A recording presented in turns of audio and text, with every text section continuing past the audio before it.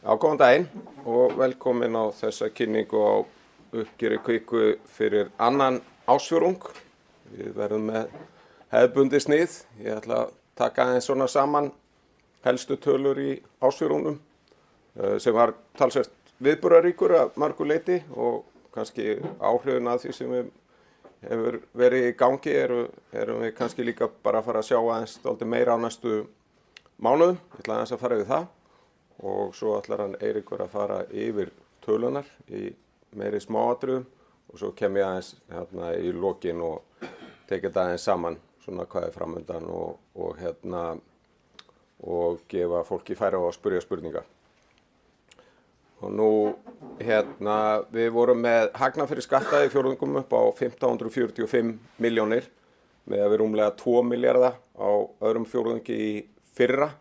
Lækkunin skýrist að langmestu leyti, þetta eiginlega nákvæmlega sama tala, lækkun í þóknunum og við vorum kannski svona í lægri kantinum í þóknunum með að við raunritið okkar í þessum fjórðungi en málið var að náttúrulega í fyrra að þá sáum við útboðið á söluhlut ríkisins í Íslandsbanka og það skapaði mörg 100 milljóna króna þóknanir hérna hjá okkur sem ekki fyrir að fara í ár svo að það telur dálítið mikið. Öðru leyti var smávægilegur vöxtur í vaxtatekjum þó að vaxtatekjum var að lækka aðeins á milli fjórðunga sem ég kem að á eftir.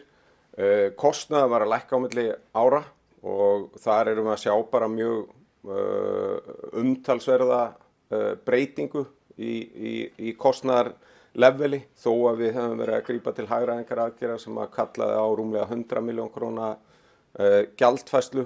Þá erum við samt 50 milljónum undir, eða næstu 50 milljónum undir kostnaði ársins í fyrra og ég kem líka aðeins betur að því á eftir. En þetta var að skila sér í rúmlega 15% arðsemi á efnislegt eigið fé sem talsvert undir markmiði. En við erum eiginlega alveg að sjá núna að við erum að fara að ná þessum markmiðum núna bara á næstu mánuðum og næstu fjórðungum. Og það sem í fyrsta lagi að gerast að náttúrulega með þessum útgreiðslum á þessum miklu arðgreiðslum og hluta til endurkaupum að þá bara efnislega eigið fé hefur náttúrulega minnkað mikið. Áhrifin að þess koma meira í næsta fjórðungi eða þessum fjórðungi heldur en þessum sem við erum að kynna núna. Einfaldlega vegna þess að það bara tekið meðaltal yfir fjórðunginn þannig að meðaltalsstaða eigin fjár í öðrum fjórðungi var rúmlega 40 milljarðar verða í kringu 35 milljarðar í næsta fjórðungi sem þýðir í raun og veru að til þess að ná 20% markmið þurfum að vera að skila í kringum 800 milljónum í hagnað fyrir skatta. Við höfum náttúrulega verið að borga út mikinn arð og fara í endurkaup og við erum búin að náttúrulega lækka dálítið eiginfjár hlutfalli okkar en það ennþá aðeins yfir okkar markmiðum sem að vera 200-400 punktum yfir kröfunni frá fjármálaeftirlitinu og þetta svona við erum aðeins að við stefnum áfram að því að vera þarna milli 200 og 400 en það verða breytingar hjá Moody's varðandi hvernig þeir meta eiginfjár hlutföll inn í sitt mat þar sem þeir eru að gera ríkari kröfur til hás eiginfjár hlutfalls í raun og veru en á sama tíma hefur margt breyst hjá okkur sem þeir hafa verið að draga niður í okkar lánshæfiseinkunn sem við höfum væntingar til þess að muni hækka og við erum bara að sjá svona á næstu mánuðum hvernig þetta mun útleggjast en væntingarnar og vonin að við getum farið að nálgast þetta meira þennan stjórnenda auka á næstunni. Við ákváðum að eins og við höfum nefnt áður þá höfum það hefur bara verið í gangi hérna undanfarin ár áhersla á aukinn fókus í starfseminni og hluta þeirri vinnu eða útkoman úr þeirri vinnu var meðal annars að við ákváðum að greiðsluþjónustan sem við höfum haft inn í Straumi, hún sé ekki lengur hluti af okkar kjarnastarfsemi eða fókus og það var ákveðið að hefja söluferli á Straumi sem bara hefur gengið prýðilega og við erum í dag komnir í einkaviðræður við Arion banka sölu á félaginu og erum að vonast til þess að sem sagt, við getum sagt nákvæmar frá því bara á næstu vikum vonandi og að salan sjálf muni verða gengin í gegn vonandi fyrir árslok en það veltur á eftirlitsaðilum líka. Nú svo að tilkynntum að ég hyggst stíga niður úr starfinu fyrir árslok 26 og stjórn bankans bara á fullu að vinna í að finna eftirmann og það verður bara tilkynnt það eftir því sem það þróast. Mér langaði aðeins að tala aðeins að þetta var í raun og veru fjórðungur sem var ótrúlega margt jákvætt að gerast, það sem kannski margt að því sumt að því að skila sér neikvætt á þessum ársfjórðungi en allt allavega að skila sér jákvætt á næstu fjórðungu. Í fyrsta lagi að þá höfum við náttúrulega bara verið að fara í kjölfara á því að samrunni við Arion gekk ekki eftir og þá höfum við náttúrulega bara verið að fara í að búa til svona meira efficient fjármagnsskipan í bankanum og við byrjuðum á því að borga út 10 milljarða sérstaka arðgreiðslu í byrjun júní og reynda voru náttúrulega búin að borga út meiri arð og fara í endurkaup fyrir árinu þannig að við erum búin að skila mjög miklum peningum til hluthafa á árinu. Þetta auðvitað gerir það að verkum að eiginfjárbasinn eins og ég var að nefna áðan, hann náttúrulega að lækka umtalsvert en á móti kemur að við það að fara 10 milljarðar út að þá náttúrulega dregur það aðeins úr vaxtatekjum bankans en netto áhrifin eru þau að arðsemi á eigið fé að hækka. Við fórum í gríðarlega velheppnaða útgáfu AT1 skuldabréfum í Svíþjóð sem að aftur var í raun og veru forsenda fyrir því að geta greitt út svona mikinn arð og farið í þessi endurkaup sem núna standa yfir sem kannski ganga aðeins hægar út af markaðsaðstæðum heldur en við höfum ætlað en til að byrja með hefur þetta líka smá áhrif á að draga úr vaxtamun af því að við erum ekki á meðan við erum að koma þessum peningum í erlendri mynt í vinnu. Við fórum líka í frábærlega velheppnað skuldabréfaútboð í Evrópu, þar sem við vorum að gefa út 150 milljónir evra á 160 punktum yfir millibankavöxtum sem eru langbestu kjör sem bankinn hefur fengið og til lengri tíma þetta náttúrulega að gera okkur kleift að endurfjármagna dýrari skuldir og líka að vöxtur í útlánastarfseminni verður miklu arðbærari heldur en áhrif þannig að þetta að hafa mjög jákvæð áhrif á vaxtamunina á næstu mánuðum. Og ég skal bara telja upp hvað þetta við erum að fara að endurfjármagna bankalón sem við höfum verið með út í Bretlandi sem eru það bil 5 milljarðar og eru á kjörum sem eru rúmlega 300 punktar yfir og síðan stór skuldabréfaflokkur til uppgreiðslu í nóvember út í Svíþjóð sem við gáum út á í kringum 400 punktum yfir. Þannig að áhrifin af þessu þegar við erum komin að virkja peningana er náttúrulega mjög mikið og við munum sjá það svona seinna á árinu og svo líka allur vöxtu núna í erlendu þar sem við erum að koma peningum í vinnu á 400-500-600 punktum yfir og taka pening af lausafé sem á 0% vöxtum bara að hafa mikil áhrif á vaxtamenninu og til að auka vaxtatekjur sem kemur þá á móti því að vaxtatekjur lækka við þessar miklu arðgreiðslur. Og kannski því tengt þá hefur erlenda lánabókin okkar hefur verið að vaxa mjög hratt undanfarið og alveg ágætlega á síðasta ársfjórðungi og síðan í júlí var mikill vöxtur þar líka. Nú á kostnaðarliðinni að þá hefur held ég með að segja okkur hefur tekist rosalega vel til. Jafnvel áður við fórum í hagræðingaraðgerðirnar vorum við að ná að halda kostnaði nánast óbreyttum milli ára og við það að fara í hagræðingaraðgerðirnar sem við fórum í júní að þá erum við að lækka kostnað á ársgrundvelli í kringu 300-400 milljónir. Það hins vegar kallar á 100 milljón króna gjaldfærslu í þessum kvarter þannig að öllu óbreyttu þá myndum við gera ráð fyrir að kostnaðar kostnaður í næsta fjórðungi yrði bara út af þessu í kringum 200 milljónum lægri heldur en að var í þessum fjórðungi. Svo náttúrulega þriðji fjórðungur auðvitað þannig að það er orlofstaka, þannig að það er alltaf langléttasti kostnaðarmálurinn okkar þar að auki. Orlofstakan munar hjá okkur örugglega einhvern tíðan, einhvers staðar plus mínus 200 milljónir, en svona long term þá eru áhrifin að miða við kostnaðarbassan í þessum fjórðungi svona cirka 200 milljónir. Við ákváðum líka bara í ljósi efnahagsaðstæðna að fara mjög vel og gera bara sérstaklega yfirferð á lánabókin okkar og tókum, verið að segja, bara frekar íhaldsamt view á öll lán sem við töldum rétt að skoða, og það gerði að verkum að niðurfærslu voru hlutfallslega háar í þessum fjórðungi, svona kannski rúmlega 100 milljónir í einhverju svona óvenjulegu, en við teljum að það muni hafa bara jákvæð áhrif og skila sér í þá heldur lægri niðurfærslum ef eitthvað í framhaldinu.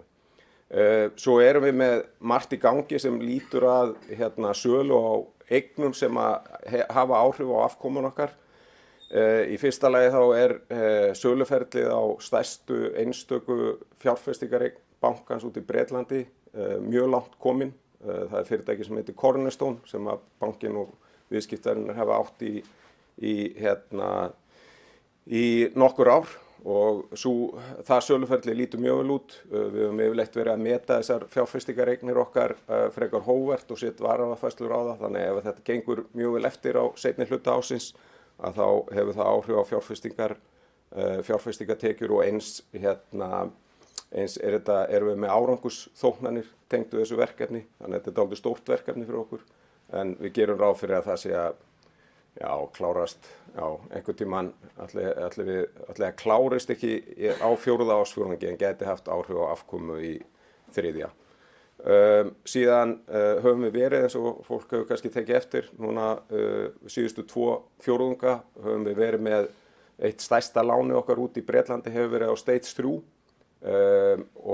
en það gríðarlega vel tryggt lán, en á meðan það á Stage 3 þá hefur það áhrif á við bókum ekki að fullu vaxtatekjur þar, og við erum líka með hærra impairment heldur en á öðru lánum, en salan á þessari undirliggjandi eign á bakvið þetta lán gengur mjög vel og að klárast annaðhvort í lok þriðja eða í byrjun fjórða, og það eru með við búðin sem eru komin í að þá erum við að fara að fá allar vaxtatekjur greiddar tilbaka, og það við erum langt frá því að verða fyrir einhverju tjóni, þannig að þetta á eftir að hafa jákvætt áhrif going forward. Nú salan á Straumi hefur nú engin áhrif í þessum fjórðungi, en áhrifin í stuttu máli af sölunni með við verðið sem við verið að tala um það að söluverðið á 2 milljarð, sem nokkur 100 milljónum hærra heldur bókvært verð hjá okkur, þannig að það kemur one-off áhrif af því, en áhrifin á reksturinn sjálfar, bottom line í rekstrinum, eiginlega nákvæmlega 0. Straumur hefur verið rekið með smávægilegum hagnaði undanfarið, tapi fyrirgefið, en hins vegar með framlag til samfélagskostnaðar sem fer þá út, þannig að áhrifin á reksturinn eiginlega bara akkurat 0. En það hefur auðvitað áhrif á að þóknanatekjur munu lækka, en kostnaðar mun lækka enn frekar. En þannig að eiginlega allt þetta sem ég talið upp núna að fara að hafa jákvæð áhrif bæði á hagnaðinn, en kannski sérstaklega líka bara á arðsemi eiginfjár. Ef ég fer aðeins yfir einstakar einingar, að þá gekk viðskiptabanka sig mjög vel. Það áframhaldandi, eins og svo sem hefur verið sagan hjá okkur eiginlega á öllum sviðunum, að það bara góður vöxtur í lánabókunum. Það sem var kannski sérstaklega jákvætt á þessum fjórðungi var að við sáum mikinn vöxt í innlánum, og innlán jukust á fjórðunum cirka 12 milljarða. Það var svona búið að hægjast talsvert á vextinum okkar í auði á fjórðungunum á undan, sem ég held að mestu leyti hafa staðað af því að á undanförnum mánuðum hafa allir 3 stóru bankarnir komið fram með sín eigin fríðindakerfi þar sem var mikil áhersla lögð á að bjóða þeirra viðskiptavinum há kjör á innlán ef að þeir væru í margvíslegum viðskiptum við viðkomandi banka. Og það bara dempaði aðeins vöxtinn hjá okkur og nú eru áhrifin af því komið fram og þá erum við farin að sjá áframhaldandi mikið vöxt í innlánum og þetta í fyrsta skipti sem að heildar innlán bankans fara yfir 200 milljarða sem ákveðin tímamót. Já, ég var búinn að tala straum og já, þannig að ég held að þetta sé nú það helsta hér. Nú í fjárfestingabanka starfseminni, það sem gekk vel eins og það hefur verið að gera, sérstaklega á lánasviðinu. Þó að þetta sé erfitt efnahagsumhverfi þá hefur tekist ótrúlega vel hjá fjárfestingabankasviðinu að stækka lánabókina sem hefur skipt okkur miklu máli og þar erum við náttúrulega með litla markaðshlutdeild og sem kannski ástæðan fyrir að okkur tekst að stækka í umhverfi sem ekkert frábært. Hins vegar þetta, eins og við sjáum hjá uppgjörum hjá öðrum og aðeins hjá okkur líka að markaðsaðstæður eru áfram mjög krefjandi sem hefur auðvitað áhrif á miðlunin okkar og við vorum að sjá í veltu á hlutabréfamarkaði í fjórðungnum með að við fyrir ári síðan er dropp upp á 50% sem náttúrulega mjög leiðilegt og sorglegt að þetta skuli vera veltan skuli vera að minnka svona mikið og maður getur ekki annað en vona að það taki eitthvað við sér en við sjáum til. Fyrirtækjaráðgjöfin átti prýðilegan fjórðung og var að loka nokkrum skemmtilegum verkefnum eins og Sidekick og vorum ráðgjöfa líka í söluna á Evridata til Kreditinfo. Í eignastýringunni þá náðum þar var kannski stóru það sem var að gerast í eignum í stýringu var það að Fasteignafélag Íslands sem var selt til Kaldalóns fer úr stýringu og það var náttúrulega dálítið stór upphæð en við erum samt að ná að halda eiginlega eignum í stýringu á svipuðu leveli og það bara vegna þess að það að koma eignir í stýringu annar staðar frá stofnanafjárfestum úr öðrum áttum. Síðan erum við með 3 sjóði sem eru bara þokkalega langt komnir í fundraising. Það kreditsjóðurinn okkar, sem sagt ACF 6, við erum með nokkra og þetta bara erum að halda þeirri vegferð áfram. Við erum að fara af stað með Iðunni, sem sagt framtakssjóðin sem sérhæfir sig í sprotafyrirtækjum og svo í samvinnu við Kviku í UK erum við að byrja að setja í stað næsta annan hörpusjóðin og erum að byrja það í lok vikunar en sá sjóður að fullu fjárfestur. Og í Bretlandi fyrri hluti ársins í Bretlandi var ágætur en aðeins undir væntingum en út af mörgu því sem ég var að nefna kannski áðan þá eigum við vonaði að seinni parturinn verði mjög góður en það var samt mikið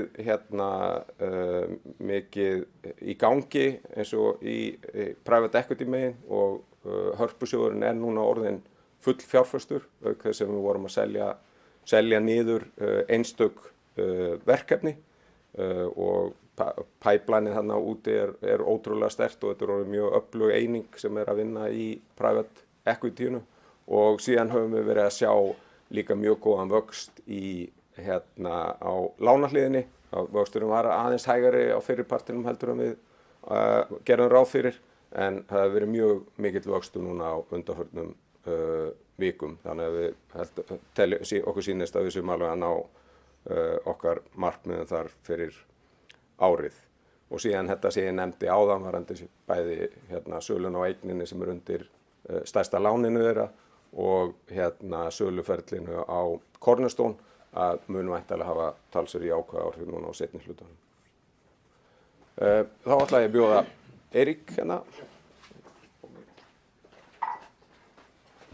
Kæra þakkir. Ég ætla að fara aðeins yfir uppgjörið. Ef við skoðum kannski svona kannski helstu þætti í uppgjöri annars ársfjórðungs, að þá sjáum við að vaxtatekjurnar eru þarna rétt rúmlega 3 milljarðar, aukast 51 milljón frá því fyrir árið síðan en dragast aðeins saman á milli fjórðunga og það eru kannski nokkur þættir sem koma þar inn. Ég fer bara betur yfir það á eftir. Þóknanatekjur, það eru 1,4 milljarðar sem bara sambærilegt og hefur verið undanfarna fjórðunga en lækkun frá fyrra ári og það stafar sem aðalega því að í fyrra þá voru við umsjónaraðili að útboði Íslandsbanka. Aðrar rekstrartekjur aukast á milli ára 96 milljónir, aðalega fjárfestingartekjur en líka aðrar tekjur og hreinar rekstrartekjur þær eru 4.756 milljónir samanborið við rétt rúmlega 5 milljarða á síðast ári, draga saman 372 milljónir. Rekstrarkostnaður, hann lækkar á milli ára sem er náttúrulega gríðarlega gott og það er náttúrulega, við erum búin að við erum með mikla áherslu á kostnaðarhald og það verður það áfram og náttúrulega inn í þessum tölum eru 112 milljónir króna einskiptiskostnaður sem kom til vegna hagræðingaraðgerða í fjórðungnum. Virðisrýrnun, hún er 269 milljónir og hækkar á milli ára og það er eins og Ármann fór yfir áðan. Við erum að bæta aðeins í virðisrýrnun. Það er, þú veist, á ýmsum sviðum sérstaklega heima sem í fyrirtækjarekstri heima sem er þörf á að kannski aðeins að bæta í. Þetta er bæði í byggingageira en líka í öðrum rekstri sem þetta kemur til. Hagnaður fyrir skatta er 1545 milljónir, samanborið við rúmlega 2 milljarði í fyrra. Tekjuskattur er 340 milljónir og sérstakir bankaskattar eru 302 milljónir. Hreint skatthlutfall er rétt tæplega 35% og ástæðan fyrir að þessi sérstöku bankaskattar að auka svona milli ára er að sérstöku fjársýsluskattur, hann er að hækka og það kemur til út af tæknilegum ástæðum, út af lokun á skiptasamningum í tengsli við fjármögnunarsamninga. Það kemur til að það fellur til þegar þeim er lokað, þannig að þetta er tiltölulega tæknilegs eðlis. En hagnaður eftir skatta er 903 milljónir samanborið 1439 milljónir á sama tíma í fyrra. Ef við skoðum 6 mánuðina þá sjáum við að vaxtatekjur aukast talsvert á milli ára, hækka 400 milljónir, náttúrulega gríðarlega sterkur fyrsti ársfjórðungur og í sjálfu sér annar fjórðungur líka í vaxtatekjum. Þóknanatekjur lækka á milli ára 500 milljónir og aftur það er skýring að leita í því að í fyrra voru við umsjónaraðili á útboði Íslandsbanka. Aðrar rekstrartekjur hækka á milli ára rúmlega 200 milljónir og sérstaklega fjárfestingartekjur sem eru aukast og rekstrartekjur eru að aukast 66 milljónir á milli ára, eru 9.643 milljónir. Kostnaður dregst saman á milli ára er 5.961 milljón. Virðisrýrnun er aðeins að aukast 175 milljónir, er 363 milljónir og fyrir helmingi ársins. Endurmat á skilyrtri skuld er eiginlega engin af núna en var 593 milljónir fyrir árið síðan og það kom til vegna þess að við vorum að kaupa eftirstæðan hluta á stofnendum Ortusar. Hagnaður fyrir skatta á fyrir helmingi ársins er 3.354 milljónir, samanborið við 2,7 milljarða á síðast ári og eykst 628 milljónir á milli ára. Tekjuskattur er 687 milljónir og aðrir bankaskattar eru 389 milljónir og er hagnaður eftir skatta 2.277 milljónir á fyrir helmingi ársins, samanborið við 625 milljónir á fyrir helmingi síðast árs. Ef við skoðum aðeins vaxtamunin og vaxtatekjur, þá sjáum við þarna að þær eru að aukast aðeins á milli ára. Það var náttúrulega gríðarlega sterkur annar fjórðungur á síðast ári. Við sjáum að vaxtamunur lækkar frá fyrsta fjórðungi og það eru margir þættir sem koma þar inn. Það er arðgreiðslan eins og Ármann nefndi áðan, það var 10 milljarða arðgreiðsla og við það þá missum við út það er rauninni á seðlabankavöxtum sá peningur, bara lausafé sem er á seðlabankavöxtum. Við fórum í fjármögnun, bæði í óveðtryggða fjármögnun í evrum upp á 150 milljónir evra og svo AT1 útgáfu sem var á 4%, 4,25% vöxtum yfir millibankavöxtum. Og svo er verðbólga líka, að þrátt fyrir að við sem ekki með stóran verðbólgujöfnuð, að þá var verðbólga fyrsta ársfjórðungi, hún var miklu hærri heldur en á öðrum ársfjórðungi, 10% á fyrsta ársfjórðungi samanborið við 5% á öðrum, þannig að það hefur einhver áhrif líka. Ef við horfum kannski fram á veginn með hvernig við sjáum þetta þróast, þá er í raun og veru bara áhrifin af endurfjármögnun ætti að skila svona 0,1–0,2% hækkun á vaxtamunni og svo þar fyrir utan þá erum við að nota lausafé sem við fengið úr fjármögnun í það að lána í arðbæra starfsemi og til dæmis eins og í Bretlandi og það mun bara enn frekar styrkja vaxtamunin, þannig að við teljum að þetta muni svona stíga upp við á næstu fjórðungum og styðja við arðsemi bankans. Þóknunartekjur eru 1416 milljónir í fjórðungnum, lækka talsvert frá fyrra ári, en þetta er bara sambærilegt og þetta hefur undanfarna fjórðunga. Þóknunartekjurinn hafa verið að rúlla á svona milli 1400 og 1500 milljónir undanfarna fjórðunga. Þannig að þetta er svona í sambærilegu takti við það. Og kannski helsta breytingin er þarna í fyrirtækjaráðgjöf og markaðsviðskiptum og þetta náttúrulega skýrist eingöngu á því að í fyrra voru umsjónaraðilar á útboði Íslandsbanka fyrir hönd ríkisins og þannig að þetta var langhæsti fjórðungur í þóknunartekjum fyrir ári.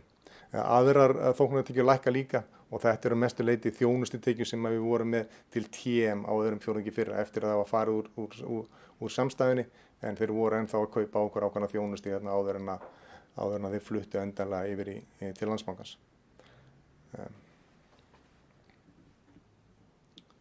Aðrar rekstrartekjur, það eru aukast á milli ára, þetta er bæði fjárfestingartekjur sem eru aukast, við gengið vel sérstaklega í fjárstýringu og eigin viðskiptum hér heima og aðri þættir sjálfsög bara ágætlega líka og talsvert betur enn fyrir ári síðan og svo eru aðrar rekstrartekjur líka að aukast og þetta er aðalega á viðskiptabankasviði sem þetta er að koma. Þannig að það er bara, og þetta eru tekjur sem eru svona recurring, þannig að þetta er bara í góðum gangur á þessu. Rekstrarkostnaður, það er gríðarlega mikil áhersla á að halda rekstrarkostnaði niðri. Í grunninn þá er bara okkar strategía er að auka tekjur en að reyna að halda kostnaðinum eins mikið niðri og mögulegt er. Og við fórum í hagræðingaraðgerðir á fjórðungnum og svo höfum við ekki verið að ráða í þau störf sem losna og þetta veldur því að starfsmannafjöldin hefur fækkað 18 frá því í lok síðasta árs og þetta eru dræfarnir í því að rekstrakostnaður hann er að lækka á milli ára þó að við sem að taka 112 milljónir króna gjaldfærslu í fjórðungum vegna hagræðingaraðgerða. Þannig að þetta er bara gríðarlega sterkt.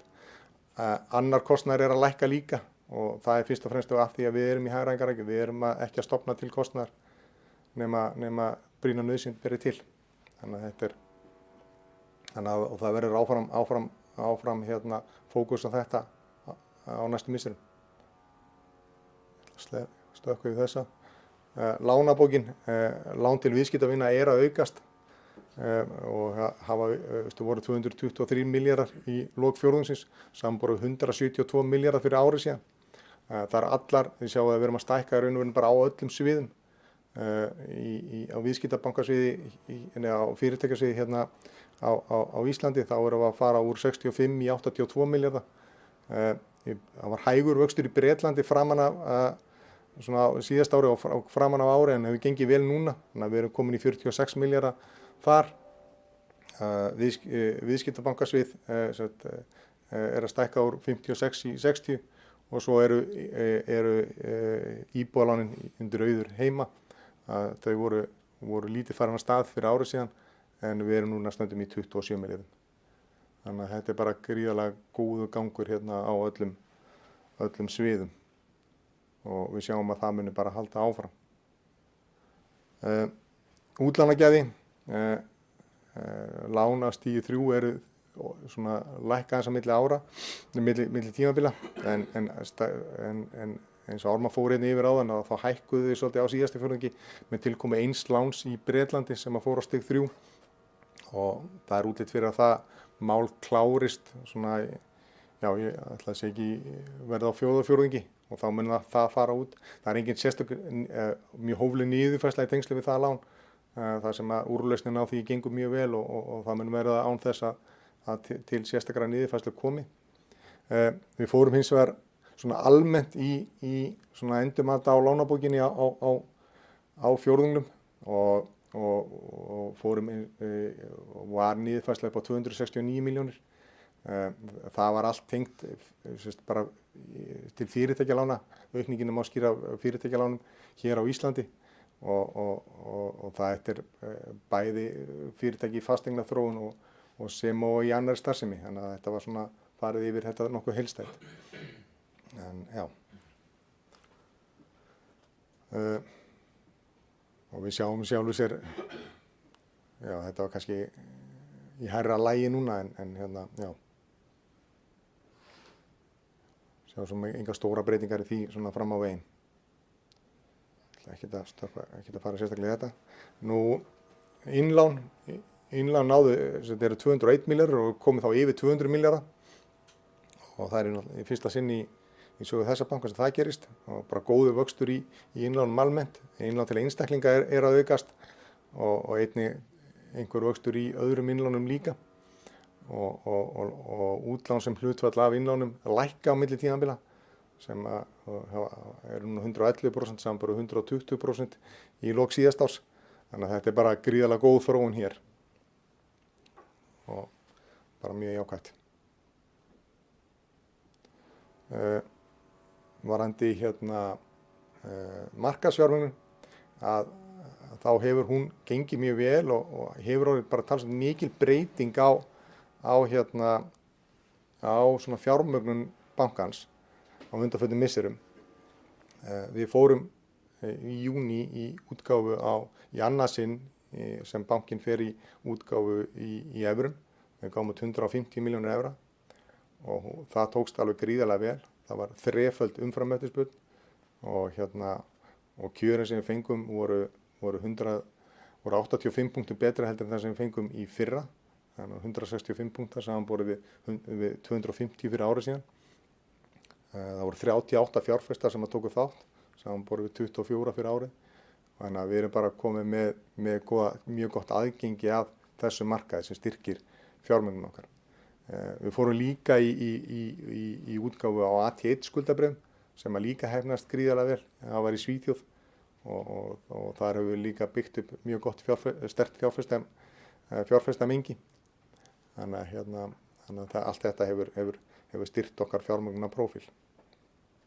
Við fengum leyfi í fjórðungnum til að gefa út sértryggð skuldabréf og sem að við vorum búin að bíða svolítið eftir en það kláraðist núna í sumar og við erum bara að leggja lokahönd núna á sértryggðan skuldabréfaramma og munum í framhaldinu byrja að útgáfa sértryggðum skuldabréfum hérna á Íslandi sem verða þá til fjármögnunar með tryggingu í íbúðalánum. Þannig að það er mjög spennandi verkefni sem er núna á döfinni. Lausafjárhlutfall bankans eru bara gríðarlega sterk. Við erum með 276% í LCR hlutfall og það er bara lausafjárhlutfall bankans hafa verið mjög sterk og munum bara verða það áfram. Það sjálfur sér ekkit mikið þetta að segja. Nú, ef við horfum á eiginfjárstöðu, þá voru mikla breytingar á henni í fjórðungnum. Þið sjáum kannski við horfum vinstra megin á CET1 hlutfallið, hlutfall eiginfjárþáttar 1, að þá lækkar það úr 23,8% í 18,3%. Og það er hluti af þessari vegferð að fá hagstæðustu samsetningu eiginfjár og þetta tilkomið út af stórri arðgreiðslu í fjórðungnum upp á 10,2 milljarða. Á sama tíma fórum við í þessa AT1 útgáfu upp á 4 milljarða, þannig að áhrifin á heildar eiginfjárhlutfallið, CAR-hlutfallið, eru minni. Það fer úr 26,7% í 23%. Við erum 5,3% yfir lágmarksviðmiðum Seðlabankans og við höfum sett fram þessi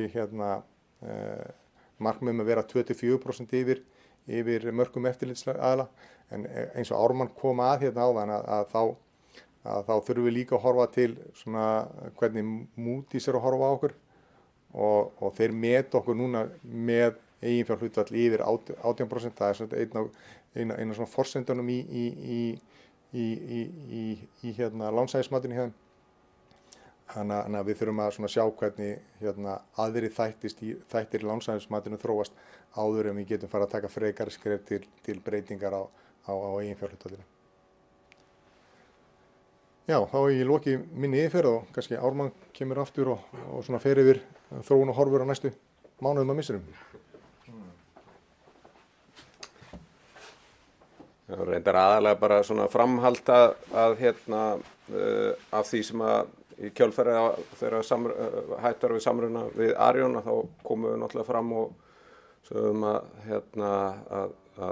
planið væri þá að fara okkar standalone vegferð og hún myndi ganga út á það að losa talsvert eigið fé sem við höfum verið að gera, en að síðan værum við að fara í aðgerðir til þess að halda áfram að bæta arðsemi eigið fjár í bankanum og þannig að vinstri hliðin á þessari glæru er eitthvað sem við höfum kynnt áður og mér langaði bara að fara yfir hvað hefur verið að gerast í þeim efnum og taka það saman kannski, af því að við nú heyrt mest að þessu áðan.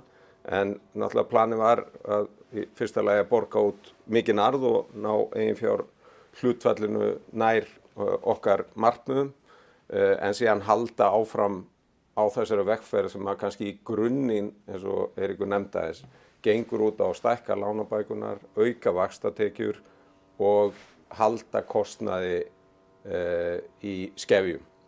Og það er í raun og veru bara ganga ótrúlega vel eftir. Í fyrsta lagi þá hefur lánabókin bara stækkað vel á árinu, 16 milljarða, og við erum bara að sjá mjög góðan vöxt núna á þessum fjórðungi líka. Okkur hefur tekist mjög vel, held ég að með segja, að halda utanum kostnað, og við fórum í aðgerðir á fjórðungnum sem að lækka kostnaðarbasanum 300–400 milljónir, og þess utan, eins og Eiríkur nefndi, að þá höfum við líka, þetta er ekki bara launakostnaður, við erum líka að lækka allan rekstrakostnað, og það sést dálítið í þessu uppgjöru og mun halda áfram að sjást í næstu uppgjörum.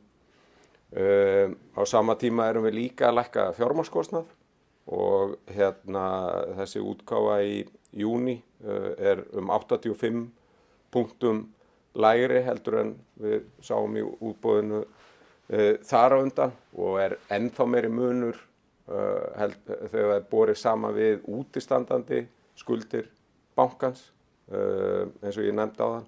Þannig að við eigum eftir að sjá bætingu á næstu mánuðum sem munar þegar kemur að fjármagnskostnaði. Svo erum við alltaf að reyna að finna leiðir til þess að auka þóknanatekjur og þó að við séum að eiga við erfiðar markaðsaðstæður hérna á Íslandi, en við erum eins og ég nefndi áðan með 3 tiltölulega stóra sjóði sem eru með tiltölulega háar þóknanir í burðarliðnum og vonumst til þess að geta lokað þeim á árinu, sem mun þá aðeins styrkja þóknanamyndun okkar til framtíðar. Síðan erum við náttúrulega sagt að við erum alltaf, þó að fókusin sé fyrst og fremst á innri vöxt og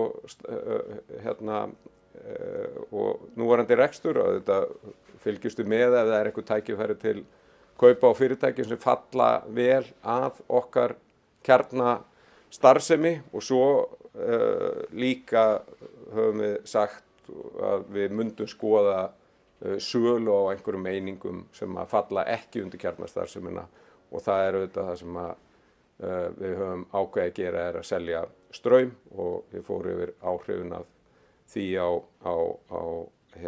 reksturinn áðan. Þannig að ég held að, eins og ég nefndi kannski í byrjun, að ég held að bankinn í mjög sterkri stöðu núna og ég held við hefum eftir að sjá áhrifin af þessu aðgerum okkar á næstu fjórðungum og ég á erfitt með að sjá annað heldur en við séum að fara að ná okkar arðsemismarkmiðum bara strax í næsta fjórðungi og í fjórðungunum þar á eftir ef ekki óvænt kemur upp. Ok, þetta var áraða spurningar. Já, við erum spurningar af netinu, maður bjóða einhverjum á salnum að byrja, langar eitthvað að ef við þá kannski bara byrja þetta á nokkrum spurningum frá okkur, Alexander Jensen. Fyrsta spurningin hvernig sjáið þið vaxtamuninn fyrir ykkur þróast næstu misseri? Hversu mikil áhrif hefur endurfjármögnun í erlendri mynt? Já, ég held að kannski aðeins komið inn á þetta áðan.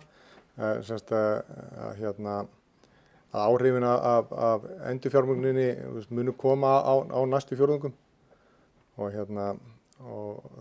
svona okkar mat að það muni hafa svona eitt og sér 0,1 til 0,2% hækkun á vaxtamunum í för með sér og svo því til viðbótar þá þegar við notum meira fjármögnunni til útlánavaxtar á arðbæran hátt að það mun líka styðja við vaxtamunin. Þannig að svona jákvæð áhrif eru svona 0,1, 0,2 bara af fjármögnunni og svo aðri þættir sem munu styrkja enn frekar myndi ég segja. Næsta spurning hver verða áhrifin á tekjur og kostnað við sölu á straumi fram á veginn? Já, ég held ég að nú rúla yfir þetta áðan en þóknarnir munu lækka aðeins. Ég man ekki alveg hver heildartalan þar er. Það er einhverju í salnum sem að það er nokkur hundruð milljónir en samsvarandi lækkun eru í kostnaði og endanlegu áhrifin á reksturinn eins og ég nefndi áðan eru bara nákvæmlega nánast 0 og þá tekið tillit til alls meðal annars framlags straums til sameiginlegs kostnaðar eins og ég nefndi áðan. Þannig að í raun og veru ef að fólk að meta ef að við til dæmis tækjum þennan rúmlega söluverðið á 2 milljarð, ef við tækjum hann og kæmum honum í 20% arðsemi þá myndu netto áhrifin til dæmis vera jákvæð 250 milljónir í kringu 250 milljónir á ársgrundvelli. En til að byrja með þá náttúrulega bara eykur þetta eiginfjár stöðun okkar, þannig að það er líka auðvitað líkur á því að þetta endi bara í auknum útgreiðslum. Þriðja spurningin hans munu hagræðingar aðgerðir fyrst og fremst koma fram í launakostnaði eða líka í öðrum rekstrakostnaði sem var óvenju lágur á síðasta fjórðungi? Já, það er náttúrulega, fyrst og fremst þetta í launakostnaði en það hefur í för með sig þegar launakostnaði lækkar og starfsfólki fækkar, þá lækkar annar kostnaði með, það er alltaf jafnaði, en fyrst og fremst þetta launakostnaði. Og svo fjórða spurningin hvernig eru tímalínur varðandi sölu og eignum í Bretlandi? Já, þetta bæði, svo sem söluferlið á bæði Cornerstone og síðan eigninni á bakvið lánið út í Bretlandi mjög langt komið. Það að segja að það eru komið fjöldi tilboði í báðar eignir, þannig að við vitum svona sirka hvað stefnir í að söluvirði Það tekur hins vegar bara, eins og margir þekkja bæði þegar verið að selja fyrirtæki og líka þegar verið að selja fasteignir í Bretlandi að það tekur smá tíma að loka þessu en þú veist ég myndi halda að hvoru tveggja sé líklegra til þess að falla í fjórða fjórðungi heldur en þriðja fjórðungi en þú veist þetta getur samt haft áhrif þó á á afkomuna í þriðja fjórðungi ef þetta að gerast rétt eftir fjórðunginn en það á eftir að koma í ljós. Svo koma nokkrar spurningar frá Helga Frímanns í Landsbankanum. Fyrsta spurningin er, getið þið farið yfir hvernig þið sjáið fyrir ykkur að ná 20% rótemarkmiðinu? Hvaða þættir geta helst drifið þá bætingu og hvenær teljið raunhæft að bankin geti skilað yfir 20% róti yfir lengri tíma?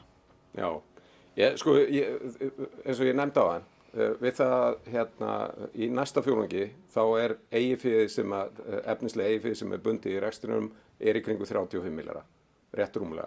Það þýðir það að við þurfum að skila 800 milljónum á fjórðungi. Í þessum fjórðungi skilum við 1550, bara áhrifin á kostnaðarliðinni, þar að segja að við erum ekki að fara að taka aftur 100 milljónir í einskiptiskostnað á næstu fjórðungum og við erum að lækka launakostnað 100 milljónir á fjórðungi. Þar er bara 200, þannig að þar erum við komin í 1750. Þar er ekki í næsta fjórðungi að þá er út af orlofstöku verður kostnaðurinn væntanlega ennþá lægri sem munar 100-200, þannig að ef ekkert annað breytist þá erum við að fara að ná markmiðinu í næsta fjórðungi. Þetta sem við erum að ræða sem mun styrkja vaxtamunin mun koma meira fram síðan í fjórðungi, en þá erum við ekki náttúrulega með þessa orlofstöku, þannig að kostnaðurinn verður þá cirka þessi sem munar 200 milljónir. Þannig að þess utan lítur margt ágætlega út í þessu hvað var að fjárfestingartekjur út á sölunni úti og lánabókar hafa stækkað. Við erum vonandi ekki að fara að taka jafn háa niðurfærslur í næstu fjórðungum. Þannig að ég get ekki betur séð heldur en að við séum að fara að ná þessi í næsta fjórðungi og við munum líka ná þessi þar næsta fjórðungi og síðan bara áfram sko. En ef þetta gengur ekki eftir þá mælist þið til að þið takið það upp við næsta forstjóra. Næsta spurning er annar rekstrakostnaður á öðrum fjórðungi lækkar 140 milljónir króna milli ára. Hvað skýrir það helst og hvernig sjáu þið þennan lið þróast næstu fjórðunga? Þetta er bara tilkomið út af hagræðingaraðgerðum og kostnaðaraðgerðum og við sjáum bara áframhald að hann verður bara áfram hóflegur þessi kostnaður og ég sé ekki einhver sérstakar hækkun í honum. Það eru áhrifin á kostnaðarhald að koma fram. Þriðja spurningin er hvernig metið þið samspil nýlegra hagræðingaraðgerða og getur náttúrulega efla og auka þóknunartekjur? Eru þið með þeim aðgerðum að búast til dæmis við minni umsvifum á markaði næstu fjórðunga? Nei, ég held hagræðingaraðgerðirnar náðu í raun og veru yfir flest svið bankans. Þannig að þetta var ekki þannig að við værum að fækka mjög mikið í sérstaklega í tekjusjónum. Það varð alveg fækkun þar í ljósi markaðsaðstæðna en það er ekki þessi fækkun það er ekki það sem hefur áhrif á tekjumynduna. Ef að markaðurinn tekur við sér að þá höfum við alveg næga mannskap til þess að nýta okkur það. Svo er þá einu viðbót það hún er hvar stendur ferli við ráðningu nýs bankastjóra og hvenær má vænta þess að niðurstaða liggi fyrir? Já, við komum og ég kem ekkert að þessu ferli. Þetta er alfarið í höndum stjórnarinnar, þannig að við satt að segja að vitum ekkert mikið meira heldur en þið, en ég veit að stjórnin vill náttúrulega, það er aldrei gott að hafa óvissu þessa hluti þó að ég sé ekkert, geti alveg verið fram að áramótum og kannski lengur ef þörf krefur að þá er það auðvitað markmiði hjá stjórninni að reyna að tilkynna ráðningu sem fyrst, en við getum í raun og veru mjög lítið sagt þetta öðru leyti. Ég held að það séu væntingarnar til þess að sé að það verði á næstu vikum, en bara það fer eftir ýmsu væntanlega, en við vitum bara ekkert mikið það. Má bjóða einhverjum að bæta við? Þá held ég að við séum bara klár. Ok, takk.